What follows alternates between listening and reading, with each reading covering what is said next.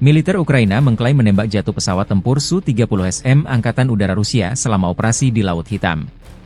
Demikian dilansir intelijen militer Ukraina, HR, pada 12 September.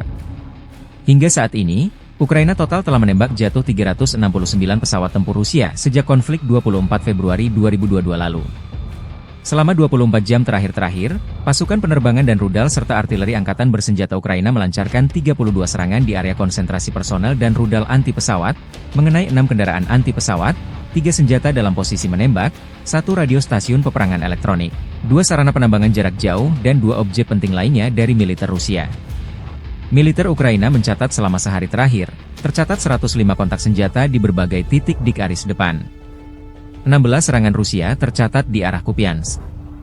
Pasukan pertahanan berhasil menghalau serangan musuh di dekat Lozova, Sinkivka, Lushkivka, Stelmachivka, dan Andriivka.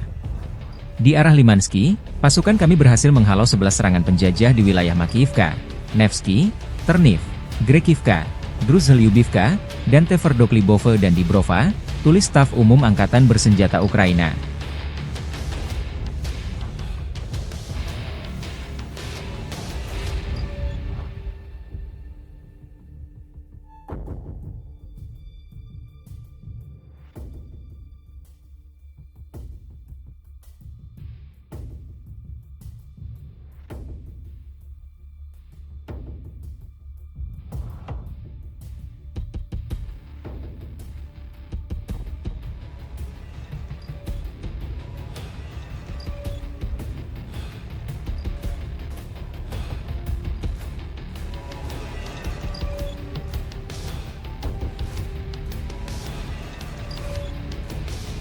Download Tribun X sekarang, menghadirkan lokal menjadi Indonesia.